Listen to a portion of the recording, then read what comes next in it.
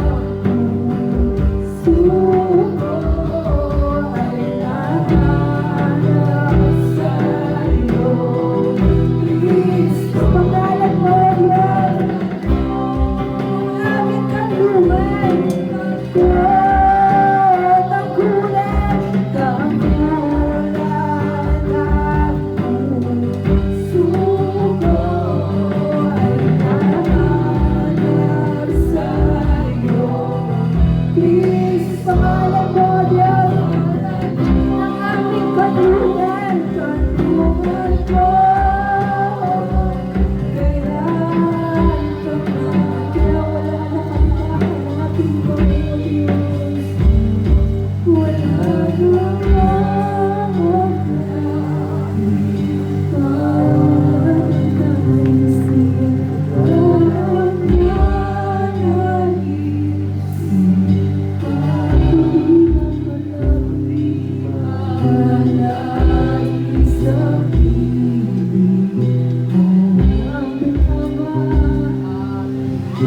nang pagpantay sa ating Diyos na pinagpupulitan.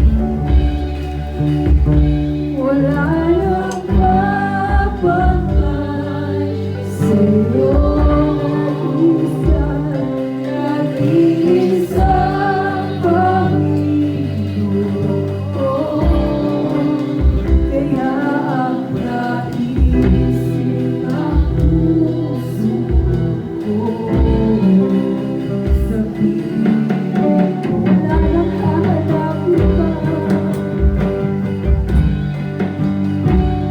Wala nang hahanapin pa.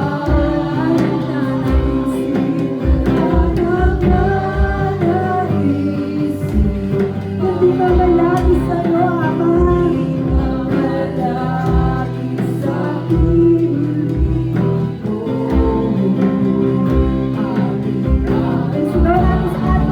Diyos na buhay, wala nang mabantay sa'yo, Panginoon.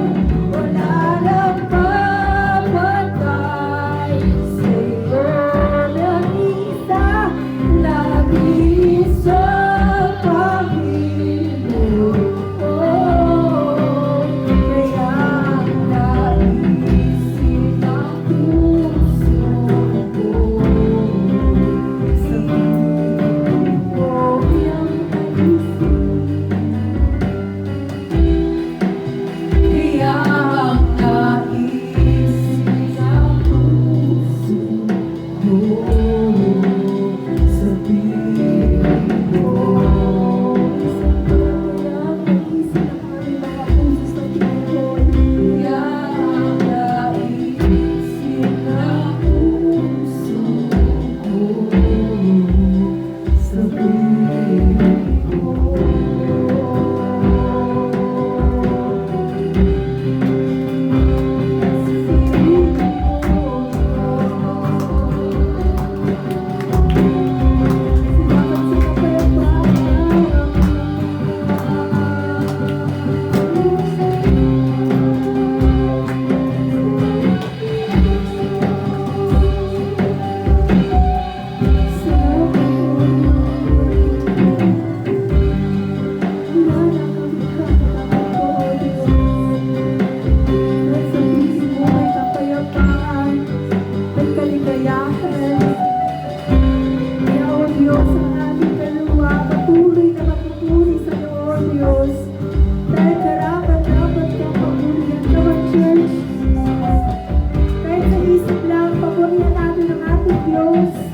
Salamat aming Ama. Salamat na dakila kang Diyos. Kaya kami nababago dahil sa iyong pagmamahal. Kaya karapat-dapat ang pagmamahal. Yes, Jesus. Kaya ang Diyos, ang pinapaan ang aming mararanasan.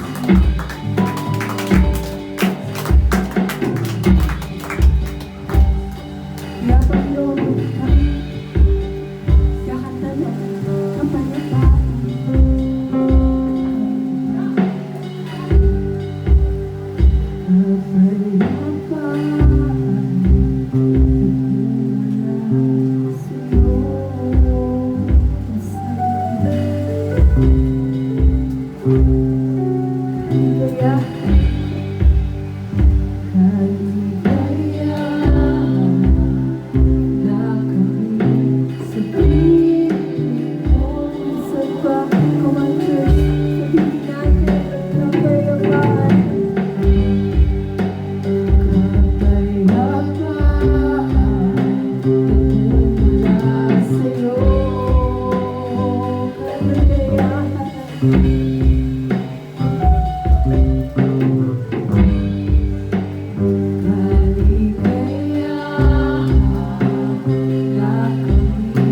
Sa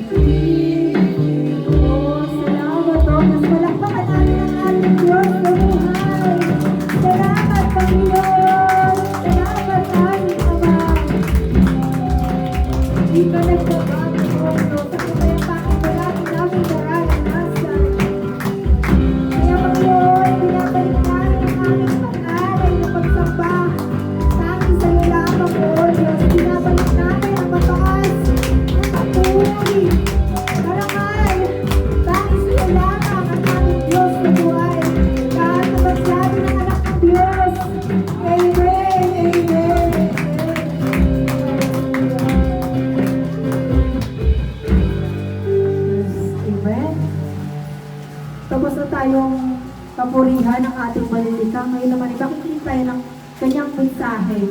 At may magagamit ang may instrumento lang na magpapahayag ang kanyang mensahe. Tawagin po natin si Sister Mel.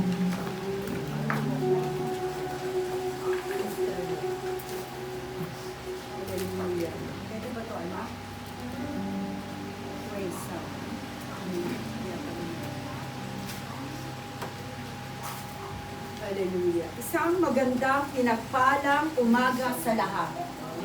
Parang wala talagang ano. Inuulit ko, isang magandang pinagpalang sa lahat. Amen. Palakpakan natin yung tayo na Diyos. Pagkaman wala yung pastor natin, yung biglaan ba? Tama-tama yung sinabi ni Ma'am Tina nakaraan.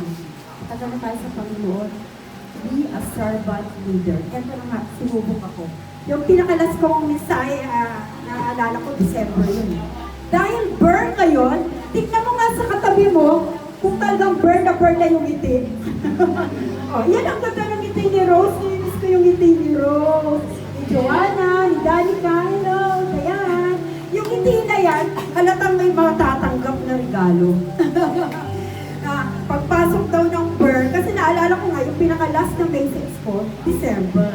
So, hindi yan ang topic natin ha. Ito ang ating topic. Samahan niyo ako sa Isaiah 54 verse 10. Magugumo ang mga bundok at ang mga burol. Ngunit pag-ibig ko'y hindi maglalaho. Inuulit ko. Ngunit ang pag-ibig ko'y, ang Panginoon nagsasabi ito, hindi maglalaho. At mananatili ang kapayapaan aking pangako. Yan ang sinabi ng Diyos na si Yahweh na nagmamahal sa iyo at sa akin. Hallelujah. Palakpakan natin ating buhay ng Diyos. Samahan niyo ako sa panalangin. Minsan pa aming Diyos sa Ama. Maraming salamat, Panginoon. Pinupuri ka namin, Panginoon, sa kabila ng kaguluhan, Panginoon, sa mundong ito. Salamat sa kapayapaang iyong ipinangako sa amin, O Diyos. Kaya kami naririto, Panginoon, upang papurihan at pasalamatan ka, Panginoon. Hindi hadlang, Panginoon, kung sino man nakatayo dito, O God. Naisin mo lang, O Diyos, na bawat isa sa amin, Panginoon, ay gagamitin mo, O Diyos. Dahil sa araw-araw, Panginoon, meron kami mensahe sa amin, Panginoon. Tinuturuan mo kami sa araw-araw, Panginoon. Lord, we pray, O God, na ang bawat isa sa amin, Lord, ay laging magpakumbaba at laging magpasakop ayon sa iyong kalooban, Panginoon. Minsan pa, O Diyos, ilagay mo ako sa iyong likuran, apakan mo, Panginoon, kundi, Panginoon, ang kalulatian mo ang siyang makita. Gamitin mo lang ako bilang isang instrumento, Panginoon. Wala akong kakayanan, ngunit, Panginoon, ayon sa iyong kalooban, your will be done, O God. Ikaw ang siyang makita, Lord. Para kami mga tupang uhaw na lagi ay nauuhaw, Panginoon, sa batis, Lord. Naisip na namin, Panginoon, na dapat may tumatayo dito na iyong lingkod, Panginoon. Ngunit, Panginoon, kami ay iyong pinili at hinirang at kami ang iyong lingkod. Naisip namin, Panginoon, na lagi magpasako, Panginoon, sa iyong kalooban. Minsan pa, O Diyos, salamat sa kapayapaan na iyong ibinigay sa amin. Sa iyong mga kamay namin pinagkakatiwala ang lahat, Panginoon, sa pangalan ni Jesus. Ang lahat ng anak ng Diyos ay magsabi, Amen. Amen. Yes, hallelujah. Dahil matanda na si Ate Len, kailangan ako ng salamin. Hindi kanina nabasa. Ang ating pamagat sa araw na to ay buhay Kristiyano, isang patuloy na pakikipagdigma. Ang pinakatema, kapayapaan sa gitna ng kaguluhan. Kapayapaan sa gitna ng kaguluhan. Alam natin, lingid sa atin, na ang nangyayari ngayon sa Israel at sa Palestine, diba? Nagkakagulo sila, sabi nga ng ating worship leader, we are blessed. Kasi malaya tayo magpuri, magpalakpak. 2 oras na ipagbadadamot pa natin, samantalang hindi sila makatulog. Dahil sa bomba, meron tayong mga kababayan na naging hero, pagkabat gustoy man nila umuwi, yun na yung buhay nila.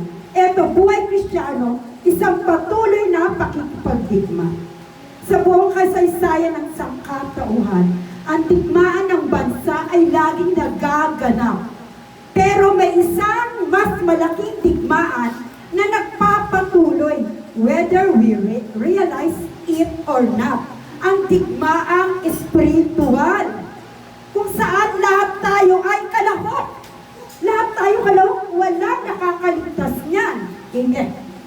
Christian life is ended of warfare on a grand scale.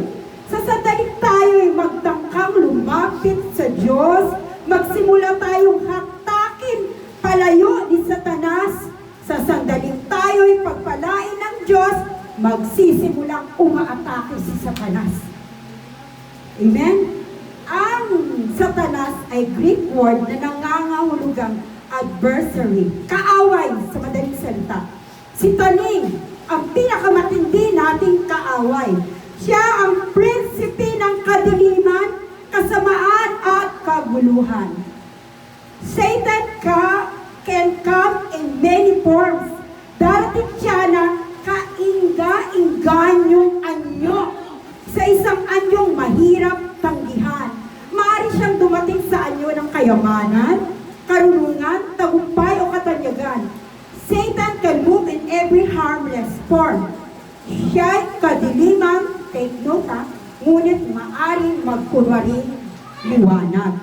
Ayon sa 2 Corinthians 11:14, hindi ito dapat pagtakhan sapagkat si Satanas man ay maaaring magkunwaring anghel ng kaliwanagan. Hallelujah! Ayun ay pasalamatan natin ang buhay ng Diyos. Okay? Inuulit ko ang ating mensahe ngayon.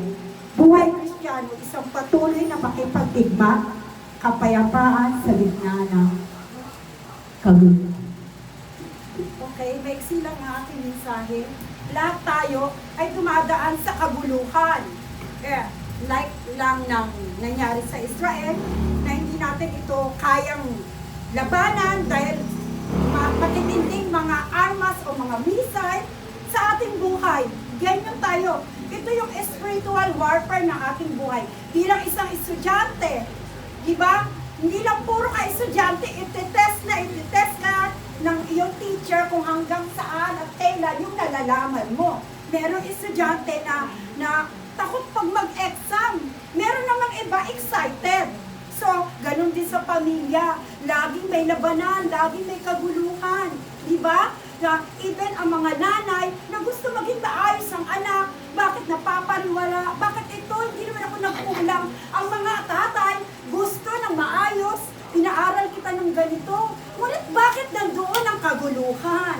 Then, even sa church, alam natin, karanasan natin. Akala natin church, nagmamahalan sa mga iba-ibang relihiyon, nag-aaway-away dahil may kaguluhan. Alam natin ang sanhi ay ang kaaway.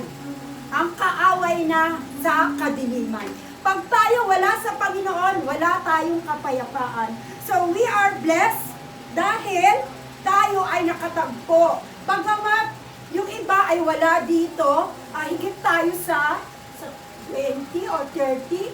So we are blessed kasi nandoon yung pagkauhaw natin na alam natin ang pinakasusi ng kaguluhan ay galing sa Panginoon na nagbibigay ng kapayapaan. Hindi tayo nagsasawa. Even sa amin sa sarili, walang perfect na family. Talagang dadaan ka sa pakikipaglabanan. Pero salamat sa Diyos kasi pag humahakbang ka sa harap ng Panginoon, asahan mo, ikaw ay tagumpay.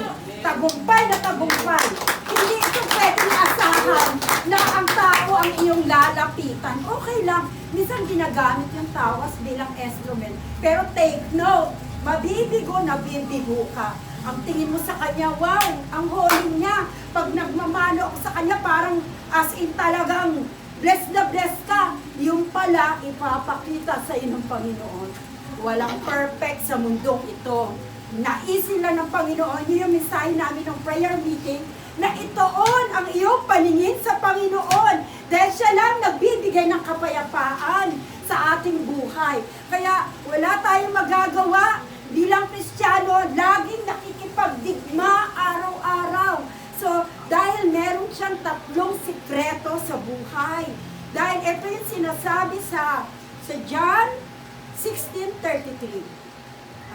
Sinabi ko ito sa inyo upang kayo'y magkaroon ng kapayapaan sa pakikipag-isa sa akin. Meron kayong kapighatian dito sa sanlibutan. Ngunit laksan ninyo ang iyong loob na pagtagumpayan ko na ang sanlibutan. Yun ang sabi ng Panginoon. Biruin mo, Sino nga ba ang sinasabihan nito? Kundi tayo mananampalataya sa Panginoon. Ang paghihirap, mga pasakit, mga problema, mga mabibigat na suliranin na ating nararanasan, araw-araw, lahat ng ating pinagdadaanan. Naisilan ng Panginoon dahil nandito tayo sa mundo, natural lang may kaguluhan, ngunit salamat at nandoon ang kapayapaan. Naisilan ng Panginoon, makikipag-isa sa akin, connected lagi sa Panginoon. Kasi pag hindi ka connected sa Panginoon, lalapitan mo isang kaibigan o ano pa man, naku, masisira ka. Pag tao ang lalapitan mo, talagang sisirain at babagsakan ka. Pero pag ang Diyos ang iyong nilapitan, asahan mo may tagumpay sa iyong buhay. Kaya natural lang may kapighatian sa mundo. Abnormal daw sa isang Kristiyano, even ganyang edad ni Tintin, nagsishare siya sa edad niyang 10 years old. Kasi parang sa 10 years old, parang asa pa ako sa mama at papa ko. Parang sa generation na yon sila Tintin, pag nag-open sila sa mga problema, even mga 7 years old, di ba? Meron na siyang mga agam-agam na bakit ganito ang gulo-gulo. Gusto ko na lang laging masaya, laging ganito. Hindi, kailangan dadaan ka sa mga suliranin, pagsubok at kaguluhan para malaman mo kung sino talaga yung tunay na kapayapaan. Kundi ito yung ginagawa natin, yung pagdating natin dito, araw ng linggo, atin yung prayer meeting, ng cottage prayer, tandaan nyo, hindi ito nawawala ng kabuluhan. Kasi ito'y nagbibigay sa atin ng kalakasan, ng katatagan. Ayun na kanina, yung testimony, nag-aagawan, nagpapalakasan sa isa't isa. Ito sabik na sabik gaano kabuti ang Diyos. Sa kabila na maraming problema, sa dulo nun, sinagot ng Panginoon. Dahil kapatid, naniniwala ako, sa iyong paghakbang pa lang dito, ay tandaan nyo, hindi ang makapagligtas. Ang ganda ng church, ang ganda ng pangalan, wala yan sa pangalan, kundi iisa lamang namatay sa krus, kundi ang Panginoong Yesus na may-ari ng ating buhay.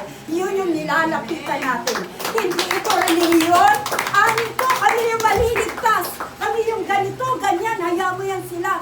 Kasi ako naniniwala, pag ang Diyos nasa iyo, nagiging malaw ang pangunawa mo, nagiging kaibig-ibig ang mga tao, hindi kaibig-ibig. Naisip mo silang batiin o yakapin, hindi ka man babatiin. Pero dahil nakakonect ka sa Panginoon, nandoon ang kapayapaan. At higit sa lahat, kung ikaw hindi ka mapagpatawad, wala kang kapayapaan. Nabanggit na niya Ate Merly kanina, hindi ka makatulog. Pero pag nirelease mo yung pagpatawad at pakukumbaba, kasi lahat tayo ay basahan sa harapan ng Panginoon.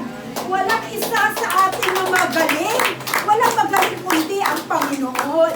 So, salamat at tinuruan tayo ng Panginoon na laging nandoon ang pagpapatawad, pakumbaba. Then, nakakatulog ka na ng maayos. Nandun na yung payapa sa kabila ng kabuluhan ng mga nangyayari ngayon. Then, eto ang pinaka-last verse na ating, tatlong verse lang.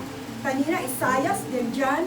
Maiksi lang ang aking sasabihin na naway sa inyong pag-alis o sa buong linggo, dumating man ang mga problema, ito ang ating panghawakan. Okay? Last verse. Then, John 14:27. Alam nyo na to. Kapayapaan ang iniwan ko sa inyo. Ang aking kapayapaan ang ibinigay ko sa inyo. Hindi ito katulad na ibinigay ng sanlibutan. Huwag kayong mabalisa. Huwag kayong matakot. Grabe yung promises ni God. Huwag kang mabalisa, huwag kang matakot. O si Danica, bagong bilang isang nanay, kahit kailan hindi nagkulang ng jaka sa anak, di ba? Talagang nandito. Kasi naalala ko yung aking panganay, premature si ate, para 8, hindi pa ako nakahanda ng mga lampin o ano pa man.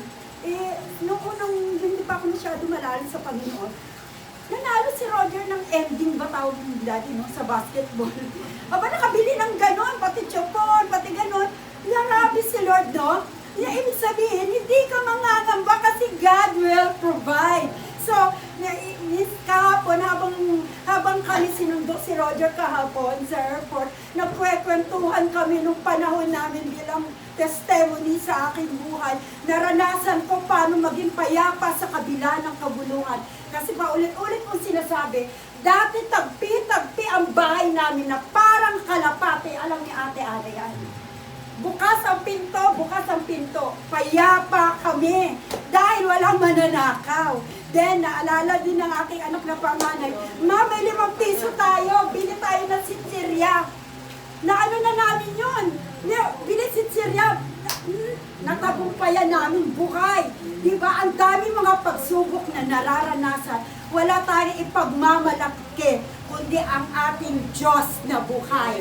Hindi mapahintulutan ng Panginoon na lagi ka na lagi sa pinakababa. Kasi ako naniniwala, pag hinakbang mo ang buhay mo sa Panginoon at inalay mo sa Panginoon, asahan mo, aangat na aangat ka. Dahil pag ang Diyos ang tinataas mo, siya ang mataas sa buhay mo.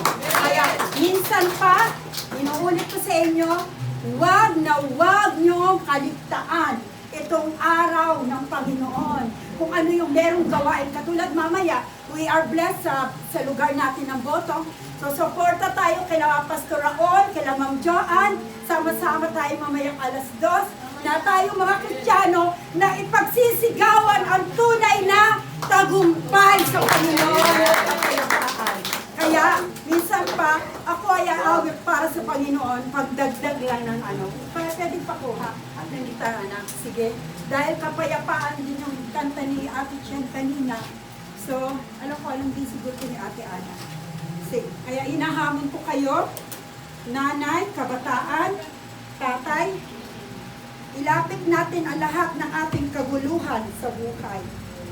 Amen. Sa Diyos lamang tayo umasa. Yes, hallelujah, hallelujah. Yes, hallelujah. Bagamat naalala ko yung mga bata pa yung mga anak ko. Yes. Oh, sadya ba kailangan tayo'y magpagsapalaran sa ating pamaluhan dito sa sanlibutan. Hawak ng ating kaibigan, ang buhay ay nasa pagkusay di na kailangan, pagkatya ang katunan, kapayapaan sa ginalang, kabuluhan di makayanan, pagsukat kasaganaan, ito'y amin ang natutunan. Hallelujah! Oh, kay daming sigabal ng aming paglikuran. Diablo ay nangangalit, pagkatsa'y di ko na alam. Kapayapaan sa gitnanan, kabuluhan di makayanan, pagsukat kasaganaan, ito'y amin ang natutunan. Kapayapaan sa gitnanan, kabuluhan di makayanan, pagsukat kasaganaan, ito'y amin ang natutunan. Sabay-sabay, kapayapaan sa gitnanan, kabuluhan di makayanan, pagsukat kasaganaan, ito'y amin ang natutunan. Sabay-sabay, kapayapaan. Yes, sa Diyos ang papuri. Yes, totoo. Naniniwala ako na dumadaan tayo sa mga pagsubok, yung kaaway hindi na natin kailangan. Dahil ang Diablo daw ay nangangalit pag the way na lumalapit kayo sa Panginoon. Ito ang pinaka number 1, lumapit sa Panginoon. Huwag magsawang lumapit sa Panginoon. Asahan mo sa iyong paglapit, hindi ka bibiguin ng Panginoon. Then, number 1, nandoon lagi yung kagalakan. Hindi ka napipilitan paglapit sa Panginoon. Sabi nga magalak kayo lagi, inuulit ko, magalak kayo. Dahil ang tunay na kasiyahan sa Diyos lamang matatagpuan. Then, huwag kang mabalisa sa anumang bagay, kundi pasalamatan mo ang Diyos na buhay. Sa Diyos ang papuri sa Kanya lamang. Tayo inuko at manalangin. Minsan pa, O Diyos, salamat sa iyong kapayapaan na aming natagpuan, Panginoon. Nanaway hindi ito maagaw o maukit o matuka ng kaaway, Panginoon, sa aming mga puso. Dahil minsan ka pa napako sa krus upang ibigay ang kapayapaan na yan. Kaya ka bumaba, Panginoon, upang kami ay abutin. Kaya minsan pa, Panginoon, pagpalain mo ang bawat isa sa amin, maranasan namin ang tunay na kapayapaan na nagmumula sa iyo, O Diyos. Salamat po, Ama, sa iyong pagsama sa kaguluhan ng aming buhay. Dahil ikaw ang pinakasikreto, ang yaman ng aming buhay. Sa iyo lamang matatagpuan ang tunay na kapayapaan. Salamat po, Panginoon. In Jesus' name we pray. Amen. Sister Eden, sa ating mensahe sa mga ganito. Napaka-bless natin, no, na meron tayong reminder na yun nga, we have peace in the midst of our chaos. Hindi na kasi yun maiwasan na. It's really inevitable to have chaos in our life. Andiyan na yan eh. Part na yan ng life natin. And the thing is, we have that peace that comes from God. And yun yung nakaka-bless kasi we are the child of God and God, hindi niya hahayaan na matangay tayo ng kaguluhan na yun. And naniniwala ako, from now, meron tagumpay na mararanasan sa bawat isa naririto. At kung ano man yung dinadanas sa mga pagsubok, I know God will do that thing na kailangan niyang gawin. We just need to trust Him. We just need to give yung lahat-lahat ng atin, paubayan na natin sa Kanya. Sabi nga, no, kanina sa salita ni Adeline according to the Bible din, no, na God conquer everything before us pa. Mas malaki na yung pagsubok na dinanas niya before, bago pa tayo. So how much more na kung ano yung meron tayo ngayon, bakit hindi natin ito malalagpasan? No? Yung pagsubok na dinanas ni Lord, mas higit pa sa kung ano meron tayo ngayon. And ayun, ang kailangan lang natin, maging payapa tayo. Kasi yan yung sinabi niya. Manahan kayo sa akin, magtiwala kayo sa akin, and I do all the rest. Yun lang. So, thank you sa ating mensahe sa araw na to, and tayo naman dadako sa ating tithes and offering na papangunahan nila Brother Daryl and Sister Hannah, at ipag-pray ni Sister Nympha. Lord.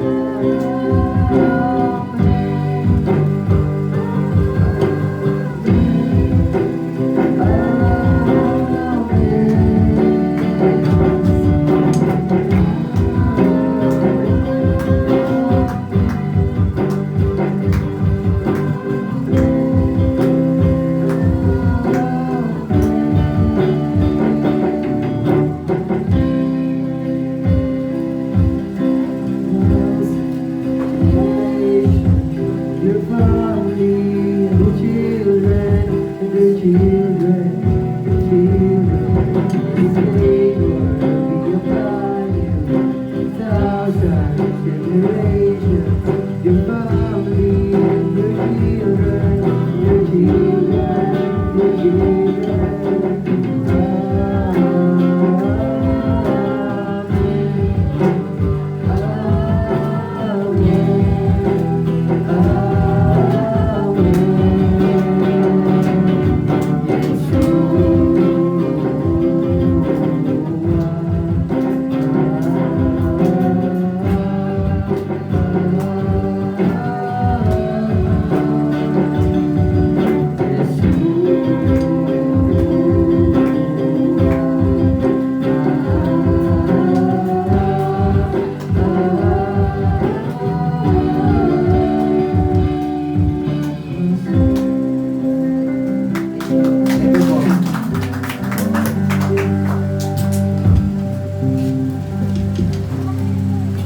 Taas po natin ang ating pagkain.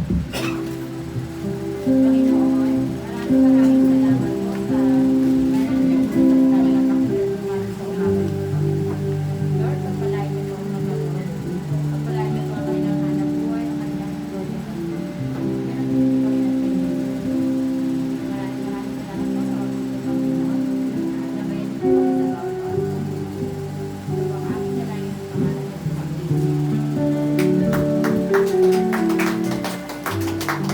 Amen. Dadako naman po tayo sa ating announcement. So, announcement po natin, every Friday patuloy na prayer meeting sa bahay po nila Ate Red. So, every 5 p.m. prayer meeting. So, syempre, kailangan natin ng prayers. Hindi lang, mas powerful kasi yung sama-sama tayo. And, yun, malaki yung nagagawa ng prayer. Another is, every Saturday, we have cottage prayer. Kaninong bahay na po? Pag-uusapan daw po kung kaninong bahay. Every 5 p.m. Every 5 p.m. din po cottage prayer. And yung sa youth, if possible, magkakaroon na tayo ng youth gathering ulit para palakasan sa mga youth. Ini-encourage ko namin ng mga youth. Mga youth, baka naman. Ayun. And then, yung mamaya sa gaganapin dun sa covered court dyan sa plaza.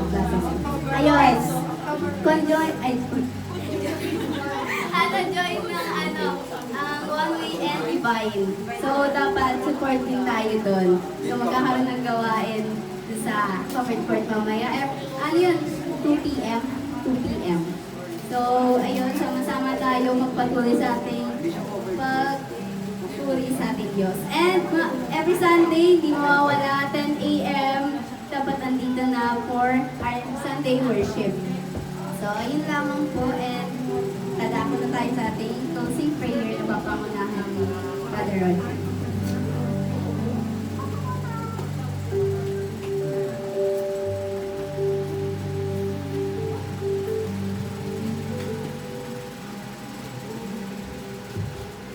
Panginoon ng Panginoon. So, napakagandang mensahe sa ating na pinaparating. Sabi natin ay remember God is always. Kailangan tayong lagi nakatingin sa Panginoon. So, naalala ko po, bago po ako bumalik sa Tagbilaran, kasi nagdala kami ng sasakyan mula Davao hanggang Iligan sa Tagbilaran. Tapos dumiretso ako sa Liti, then sinano ko yung kapatid ko doon, yung putulan sa paa doon sa diabetic. So pinapalakas ko habang pinag-pray ko siya, pang tumalis. Umiyak ko siya. Talagang sabi ko sa kanya, lakasin lang ko. Kasi patuloy yan, kapiyaisip niya, hindi siya makalakad. So sabi ko, lakasin mo yun. Kailangan pagtagan yung faith mo sa Panginoon. Kasi minsan parang sinisisi na